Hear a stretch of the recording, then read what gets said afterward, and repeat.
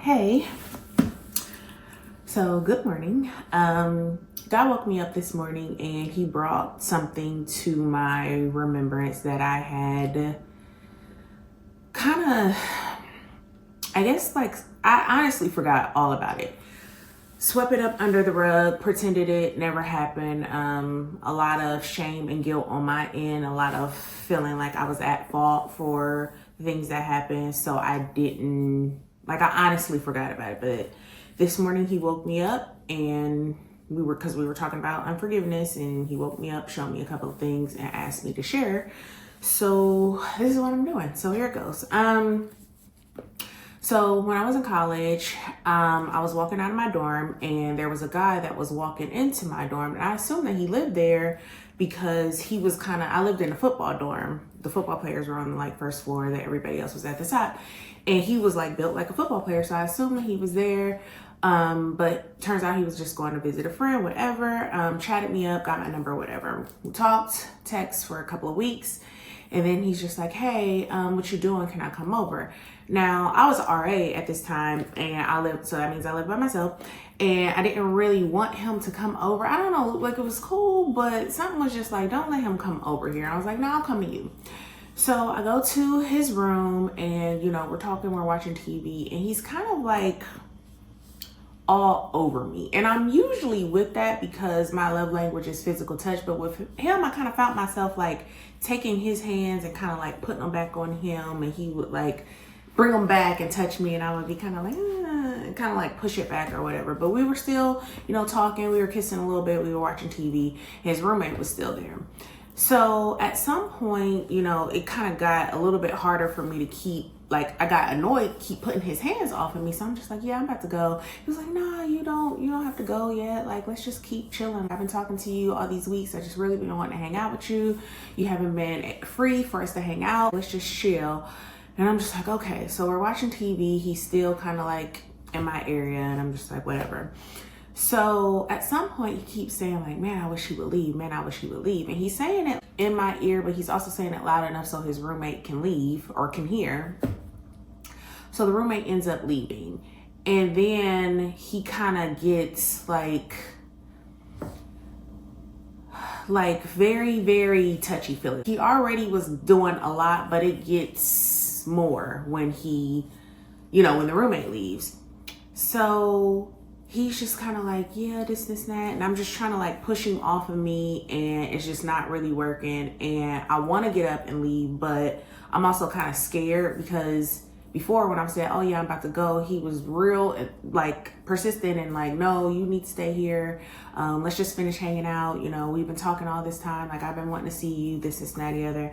And, so I stayed, and now I'm mad at myself. You should have just left. You should have just left when you had a chance. And he's kind of on me, and I'm still kind of pushing him off, but he's definitely stronger than me, and he's kind of moving my hands and stuff like this. And I just don't know what to do. I want to leave, but I didn't say no. So I'm just kind of there, and I'm just like, okay, if I try to fight him, he's going to punch my face in. If I yell, I don't know what's going to happen. I don't know. All this stuff is just going through my brain of stuff that I could do, but I do none of it. I just sit there and I let it happen. Luckily it was, I don't want to say luckily because it wasn't lucky, but it wasn't that long. It just, it happened. And then he was like, okay, I'm about to go to the bathroom. And I say, okay. And then when he goes to the bathroom, I hurry up, I put my clothes on and I leave. So when I get home, I get in the shower and, I'm crying and scrubbing and all this stuff. And I don't tell anybody because I'm first of all, no one's going to believe me. Second of all, I didn't say no. So technically it's not rape because I didn't say no. And even if I tell somebody, the roommate is going to be on his side because when he was there, we were kissing. So he's going to be like, oh no, she came over. He didn't come to my house. It's not like he was there. I came to him and I didn't say no. So I felt real guilty and, just kind of not necessarily helpless. I just felt there's no point of me telling anybody. It's just, one time thing. Let me just get over it. Let me get over it. So I block him on my phone and I go on life as normal. And then probably 3 or 4 months later, he's in the dorm again, because I told you he has like a friend there. So I have on a towel and I have on my shower shoes and I have like my little caddy because I'm about to go to the restroom and take a shower. And as I'm coming out of my door, he's right there. But he never knew where I lived. He knew which building I lived in, but he didn't know my exact door because, like I said, would never let him know. I went to his house. So when I see him, I kind of like freeze. And I feel like at that point, I should have just ran back in my room and shut the door, but I did not do that. I'm just kind of stuck. And he's talking like nothing ever happened. He's just like, hey, where you been? I've been calling you. I did texting you, you know, it's going straight to voicemail, this and that and the other. And I'm just like, oh yeah, you know, I've been busy. And he was like, okay, well, what you doing right now? And I'm like, oh, I gotta go, you know, take a shower. And he just kind of like comes in my room. And I was RA at that time, so there's no roommate. It's just me. There's nobody else that I can say like, hey, somebody's about to come in a second, or none of that stuff. Like I'm the RA. I live there. It's me. So he comes in and he's small talk. Oh, I didn't know you was RA. Like you live by yourself. Da, da, da. So then he goes back to like, hey, you know, I've been trying to hit you up, like trying to get together. And I'm just like, no, I didn't really want to. I didn't really enjoy the last time. And he kind of gets upset, like, what you mean you didn't enjoy it? And I'm just like, no, I didn't. Once again, scared, trying to say no this time, but also afraid of what that might mean for me. So he's, you know, talking. He's just like, yeah, come here. And I'm like, no, I'm chilling. He was like, no, we gotta, you know, you said you didn't enjoy it last time. We have to do, you know, I have to make up for it. And I'm like, no, you really don't have to. No, I'm good. So now he keeps like, he's like tugging at my towel a little bit, and he just keeps like insisting like, yeah, you should let me make it up to you. He just keeps talking. And at some point I'm just like, okay, damn. And I'm sorry for my language, but I was upset because I'm just like, I have to get you out my room, and I don't know how else to get you out my room.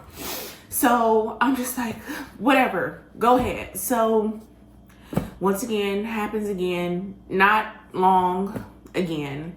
So grateful for that, but still upset, you know? So he leaves and I'm in the room, like beating myself up again. Like, how did you let this happen again?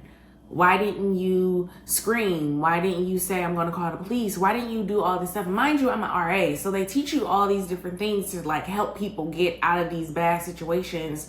But when it comes to me, I'm sitting here and just froze. So I finally get myself together. I put on my towel, I get my caddy, and I go to the shower, and I cry and I scrub, and I cry and I scrub again. And once again, I don't tell anybody because I felt like it was my fault again, because this time I did say, no, I don't want to, but then I ended up saying, okay. So now I'm like, it's not rape because I said okay. So I honestly forgot all about this. Like, I swept it up under the rug. I forgot, or tried to pretend like it never happened. I never really recalled any of this until today, when God woke me up and was telling me like, hey, you need to say something. So that goes by, like two or three years go by, and I'm in this scholarship program where we go to different cities and we do these symposiums. So we get on a bus, we drive to Atlanta, and I was always so mystified by Atlanta. I just always think, oh, this is where the good music is. I thought that this was where the good food is. It's not. But I just always had like this perception of Atlanta, like this is where you have to go to make it. This is where dreams come true, blah, blah, blah, blah. So we're on to Atlanta. I'm super excited. And I was very, very shy of public speaking, still am. I don't know why God has me talking all the time. I think it's a little bit easier when it's behind a camera. But I still just don't like talking a lot. I just don't like, it's never been my favorite thing. So instead of doing the symposium where I would stand up and people would come to my session and I have to like speak in front of everybody and then there's questions afterwards, they allowed me to do a poster board where it was kind of a bunch of people had a poster, and then if somebody was interested in your research, they would come up and start asking you questions. So I made the most boring poster I could ever make. And for those of you who know me, I'm very creative. So if I wanted to make something, I would have had, you know, glitter, flowers, all type of colors, stuff on it. I would have made it look pretty, but I didn't want nobody coming up to talk to me. So I made like a very, very boring, basic poster with all these words on it. Felt like nobody would come up, and they didn't. It was working until two of these dudes came up, and they weren't, I mean, they tried to ask about the poster, but they was trying to see what's good. So one of them ended up getting my number, and I liked him. I did. So for me, it's really, really weird. I used to be very, very cuddly and very much physical touch was my love language. And as soon as I liked you and I knew that you liked me for real, I was kind of girlfriend mode. I was all in your face, lovey-dovey, kissing, all of that stuff. So for him, the poster stuff was like at 9 in the morning. Then we had lunch from 12 to 2. So a little bit closer to 1, he hits me up like, where you at? And I give him my room number. Now, mind you, that was stupid because I don't know this man, but I had 3 other girls in my room with me. We were all sharing a room, and I didn't think about their safety or anything. I just let this man come in the room, and we get on the bed and we're talking, we're hugged up, we're kissing. Mind you, all these people are in the room. My roommates are like, one of them has an attitude. She ended up cussing me out. Like, why would you bring a dude in here? Like, you didn't ask nobody, whatever. But the other ones was like, oh, he's cute. He have any friends? This and that and the other. So we're there, we're hugging, we're kissing, everything's good. Later that night, all of the people are getting ready to go outside. They want to kick it in Atlanta. And I'm like, you know, I just really want to stay in. I really don't want to go, which is weird because I wanted to go out and I wanted to be, you know, seen and heard and all these different things. But that night in particular, I was like, I think I just need to stay home. So I get in the shower, I put on a t-shirt and some leggings, and I get into bed, and then dude calls me. He's like, hey, where you at? And I was gonna tell him to come to the room, but at this point I'm in the room by myself. I'm like, this is probably not a good idea. I hear a whole bunch of noise in the background of his room. I'm like, oh, they having a little kickback at their hotel, so let me just go in their room. So I'm like, hey, let me come to you. He says, okay. He drops the room number. I go down there and I don't really hear all the loud stuff that I heard before. So I'm kind of like, is this the right room? But he opens the door, he's smiling, he hugs me, he kisses me. And then I come in and I just see his roommate. His roommate is on the phone. And I'm like, what happened to all the people? He was like, oh, they going out tonight. He's like, you didn't want to go out? And I was like, no, I was about to just go sleep. And he was like, well, I wanted to go to sleep too, but I wanted to hang out with you more. And I'm like, okay, cool. So we're in the bed, we're kissing, and his hands go down my leggings, and I'm trying to, you know, keep my composure and be quiet because there's somebody else that's in the room. But, you know, he's fondling or whatever. And as he's fondling, 15, 20 people walk in the room. And I'm like, so I'm trying to like slide up under the cover. And I'm like, what is happening? How did I get in this situation? And this fool takes the hand that he was fondling with out and waves at everybody. And I'm like, here we go, here we go. So all the girls are looking at me like this, and all the dudes smiling from ear to ear, all happy and stuff. And I'm just like, I gotta find a way to get out of here. I have to find a way to get out of here.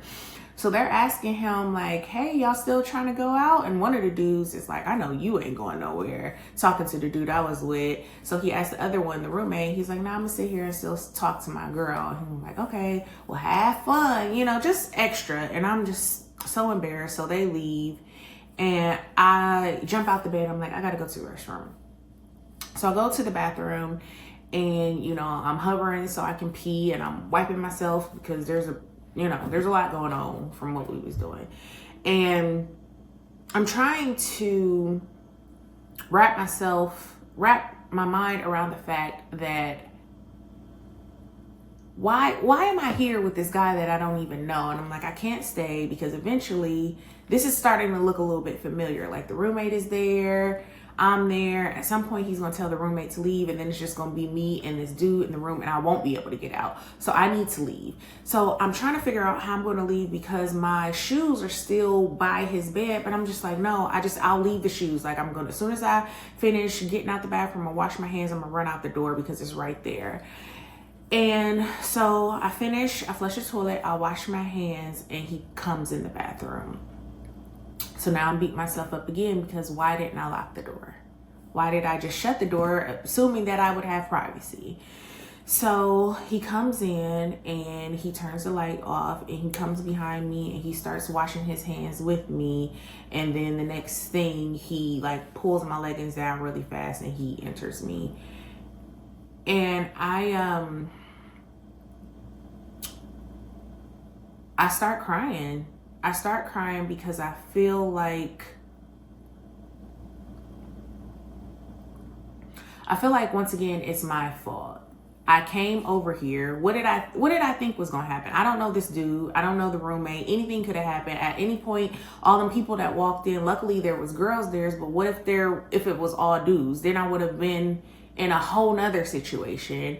And I just start crying. I just start like bawling, like real loud. So he stops, he turns on the light. He's like, yeah, you okay? And I'm like, no, I want to leave. I gotta leave. Can you please let me leave? I need to leave. Please let me leave. Please, I gotta leave. So he's like, oh, okay, it's fine. Let me go get your shoes. We can go. So he gets my shoes and I put them on and I like run out the room and he's like right behind me like, well, let me walk you to your room at least. And I'm like, no, I'm good. I just want to go upstairs. And he's like, you look bad. I can't just let you go by yourself. So at this point, I make like a fake phone call to one of the girls that was in my room. Like I act like I'm calling her and I'm just like, hey girl, me and such and such about to come up to the room. Is that okay? And I'm like, oh, y'all getting dressed? Okay, well then I'll just come in. I'll tell him he has to go. And I'm like, okay, bye. And then so I get to the room and I give him like a quick hug and I leave.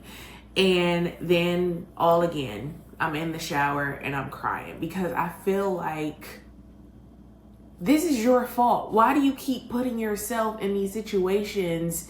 Like, what do you think is going to happen? You can't tell on these people because they're going to flip it back on you and say, well, she came to my room. She was kissing me. She let me put my hands down her pants and she didn't say anything. So I just felt very uncomfortable and very stupid. Just a lot of guilt and shame attached to it. So that's why I kind of buried it. I never said anything. Like I said, this was over 20 years ago. And I honestly didn't remember it until today when God brought it back. Like, yeah, we need to talk about this. We need to get this out. So I don't know who else is struggling with something like this or something similar happened or worse. But get it out, talk to somebody about it. I have counseling tomorrow and we might go over. I might have to just book the session after me too, because I just feel like all of the emotions that I feel right now, I'm trying my hardest not to let them out so I can finish the video, but it's a lot. I feel like there might be some more things that I have suppressed, and that kind of scares me because I thought I was very transparent. I have all of these different things where I'm just telling people all my business because God has told me to, tell my story. And I'm thinking that I'm good and I'm not. There's still stuff that's just stuck in there. And there's just a whole bunch of guilt and shame and unforgiveness, not even just towards them, but towards me. Like I can't forgive myself for some of this stuff because it's like you're smarter than this. Why would you do this? Why would you allow this to happen? Why would you put yourself in these situations multiple times? Why would you do that? So I don't know who this is for, but whoever it's for, God had you on his mind this morning because he woke me up and told me to share. So please get your healing, talk to somebody about it, and forgive. I know it sucks. I know it hurts. I know people don't deserve forgiveness, but we don't deserve forgiveness either. And there's a scripture that says if we don't forgive, then God won't forgive us. And if he doesn't forgive us, we can't go to heaven. So let's get it together. Yeah, so I hope this helps. And just you got to get it out. Get it out, because if it stays in there, it's going to cause so many different problems. So just get it out. Your story needs to be heard. You don't have to do it on a platform like I do unless God has mandated you to do so, but talk to somebody that you trust and get it out, and don't let it just sit there and cause all other type of grief. So may the Lord bless you and keep you. May his face of favor shine upon you. May he be with you and give you peace.